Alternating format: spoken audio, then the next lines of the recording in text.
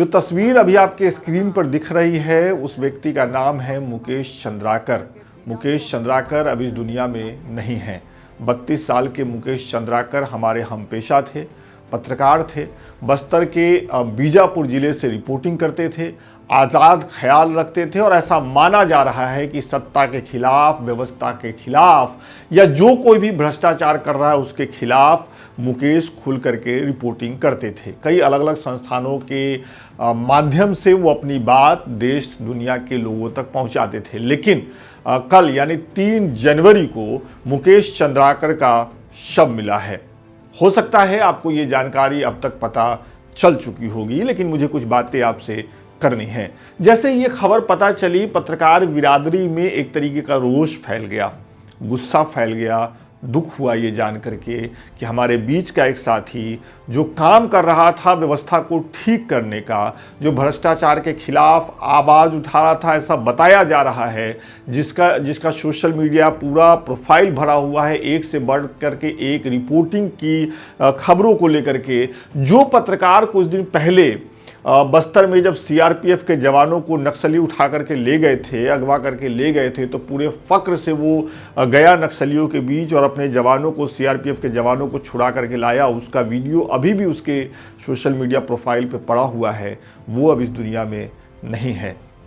क्यों नहीं है, सवाल ये बनता है। आइए आपको जानकारी देते हैं।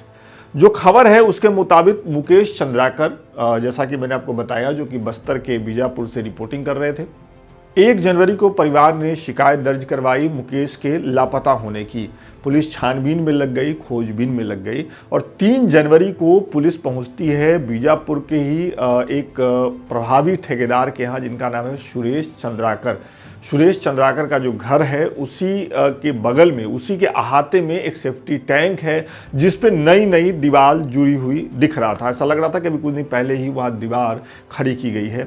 उस दीवार को तोड़ने में पुलिस को करीब 3 घंटे लग गए। जब पुलिस दीवार खोल करके अंदर दाखिल हुई, तोड़ करके अंदर दाखिल हुई, तो दिखा कि सेफ्टी टैंक में पानी में पत्रकार मुकेश चंद्राकर का शव तैर रहा है। वो तस्वीर मुकेश चंद्राकर के भाई ने सोशल मीडिया पे शेयर की है, लेकिन हम आपको नहीं दिखा सकते हैं। बहुत ही विवत्स तस्वीर है, उस तस्वीर को नहीं देखना चाहिए। लेकिन अब सवाल उठता है और एक जानकारी और मिलती है। पुलिस को ऐसा शक है कि जिस सुरेश चंद्राकर के घर में जो सेफ्टी टैंक है, जहाँ पे मुकेश का शव मिला है, मुकेश चंद्राकर पत्रकार का शव मिला है, युवा पत्रकार का, उन्हीं के खिलाफ, उसी ठेकेदार के खिलाफ 4-5 दिन पहले मुकेश चंद्राकर ने अपने YouTube चैनल पे, जहां वो रिपोर्टिंग कर रहे थे इन दिनों, उन्होंने एक खबर दिखाई थी। खबर ये थी कि करोड़ों का एक टेंडर मिला था ठेकेदार को और सड़क पूरी बनी नहीं, उसके बाद भी अधिकारियों से मिलीभगत की वजह से उनको 90% भुगतान कर दिया गया था। ऐसी जानकारी मिल रही है मीडिया रिपोर्ट्स के हवाले से। इस जानकारी को पत्रकार मुकेश चंद्राकर ने अपने YouTube चैनल पे उठाया था, प्रमुखता से इस पर रिपोर्टिंग की थी। जिस जगह मैं हूँ, इस गांव के ग्रामीणों ने सिस्टम से काफ़ी गुहार लगाया, फरियाद लगाई, मगर सिस्टम में बैठे हुए जिम्मेदार लोग पूरी बेशर्मी के साथ इनकी एक भी नहीं सुने। मजबूरी में इन्होंने एक फैसला लिया और एक पुल का ही निर्माण कर डाला।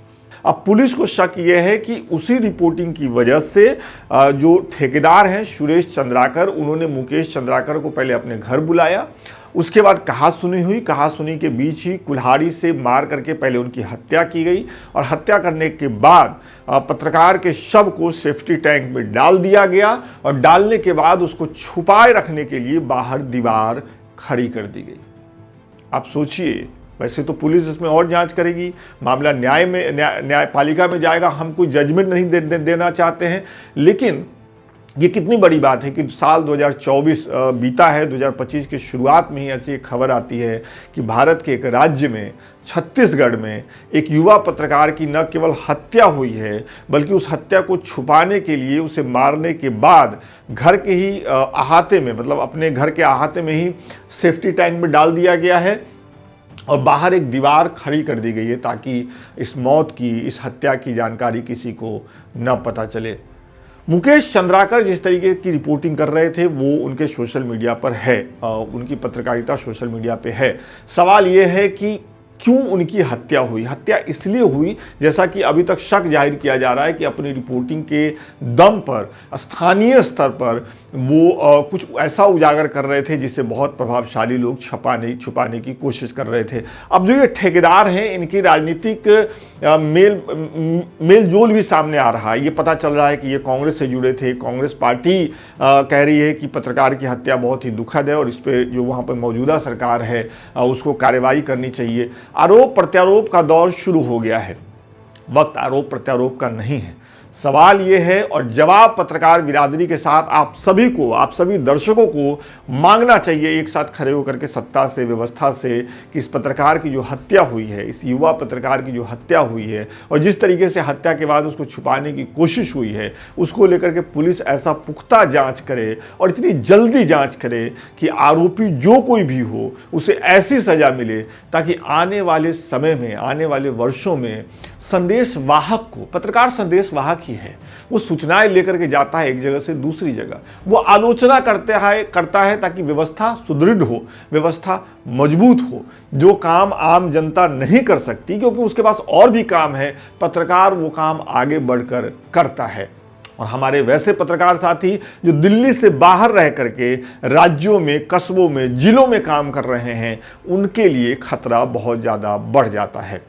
दिल्ली में रहने वाले पत्रकार अगर कई बार सरकार के खिलाफ जाते हैं तो छापेमारी होती है, नोटिस दिया जाता है, तमाम ऐसे लीगल हथकंडे अपनाए जाते हैं।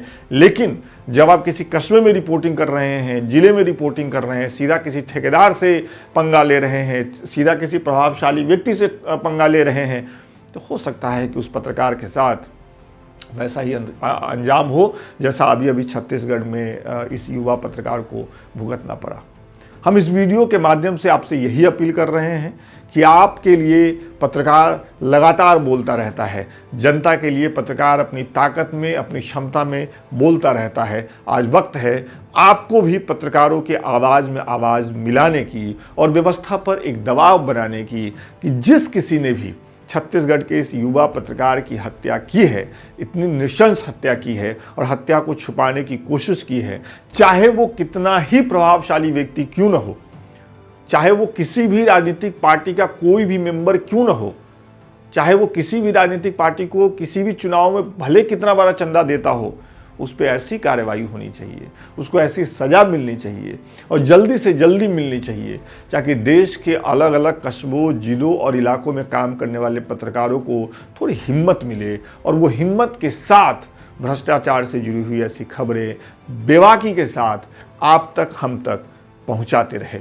इस वीडियो को अपने दोस्तों के साथ, अपने परिवार के लोगों के साथ शेयर करिए। लोकमत हिंदी पे हम कोशिश कर रहे हैं इस खबर को लेकर के अलग अलग एंगल से बहुत सारी चीज़ें आपको बताने की। हमारे साथ बने रहिए। हम सब अपने पत्रकार साथी की इस नृशंस हत्या से दुखी हैं।